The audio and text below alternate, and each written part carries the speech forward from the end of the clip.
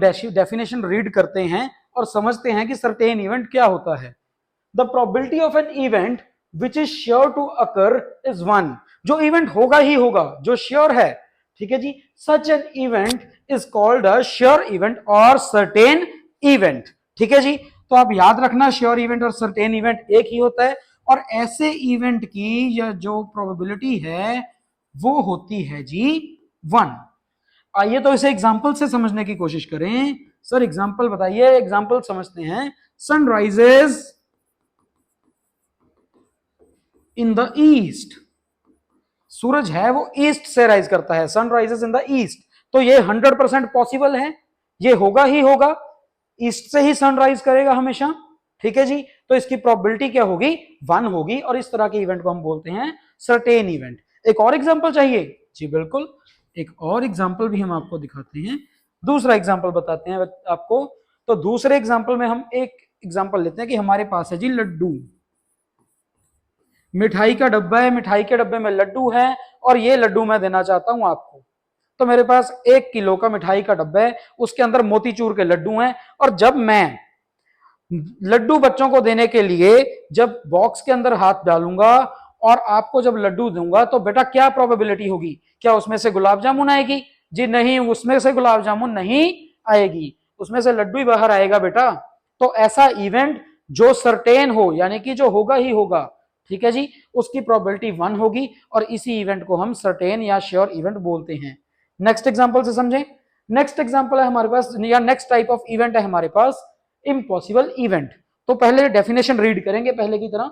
The probability of an event which is impossible to occur is 0। कोई ऐसा event जो नहीं हो सकता, जो इम्पॉसिबल है, नहीं हो सकता, उसकी प्रोबेबिलिटी हमेशा क्या होगी? 0 होगी। और उस इवेंट का नाम क्या है? Impossible event. उसके जैसे ही नाम है ना, इम्पॉसिबल इम्पॉसिबल।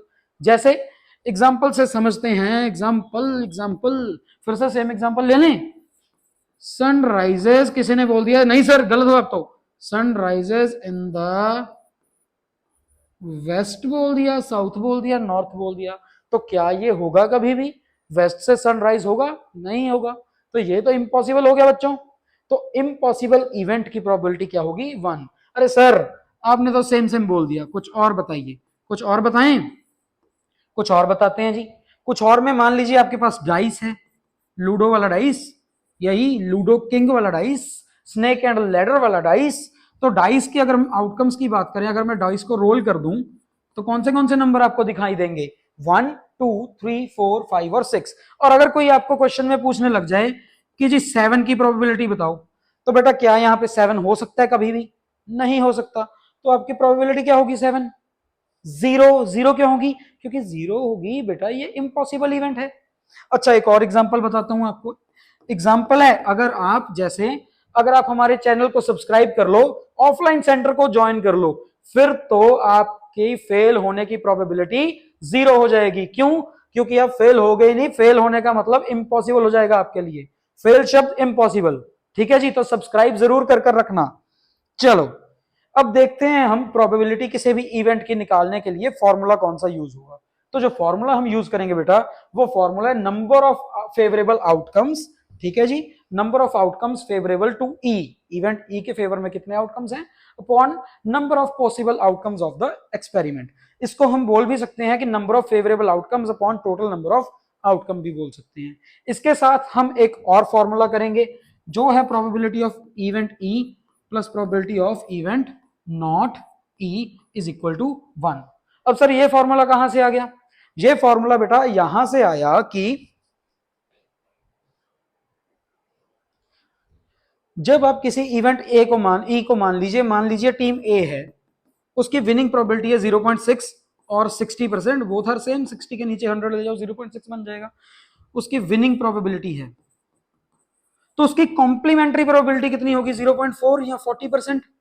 अगर हम बात करें कॉम्प्लीमेंट्री यानी कि लूजिंग प्रोबेबिलिटी कितनी है? 40%। इसका मतलब है probability of event E plus probability of event E not. E not का मतलब बेटा इस इवेंट का कॉम्प्लीमेंट्री, इस इवेंट का उल्टा।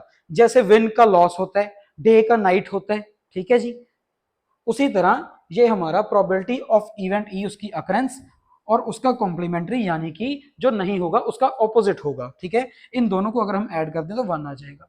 एग्जाम्पल से समझे तो जैसे टीम ए की विनिंग प्रोबेबिलिटी कितनी है 60%, और लूजिंग अपने आप कितनी हो गई 40%। लेकिन अगर विनिंग और लूजिंग दोनों को ऐड कर दें तो 100% यानी कि 1 बन रहे। जैसे यहाँ पे 0.6 और 0.4 को ऐड कर दें तो 0.4 और 0.6 ऐड होकर 1 बन जाएंगे।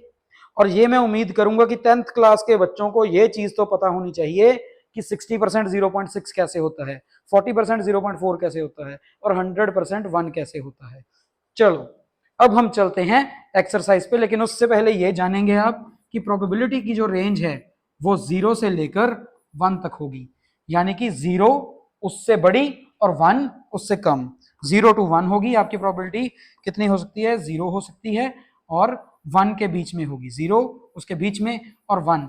ना 1 से ज्यादा प्रोबेबिलिटी होगी कभी, ना ही 0 से कम आपकी प्रोबेबिलिटी कभी भी होगी। प्लीज इस चीज को ध्यान ध्यान देकर रखिएगा कि आपकी प्रोबेबिलिटी 0 से कम नहीं हो सकती, क्योंकि अगर आपकी प्रोबेबिलिटी 0 से कम हो गई तो वो नेगेटिव होगी, और नेगेटिव प्रोबेबिलिटी हम कभी भी कंसीडर नहीं करते, ठीक है जी। और 1 से ज्यादा भी नहीं होनी चाहिए। चलिए क्वेश्चन सॉल्व करें अब। आइए एक्सरसाइज क्वेश्चन 4 से स्टार्ट करेंगे।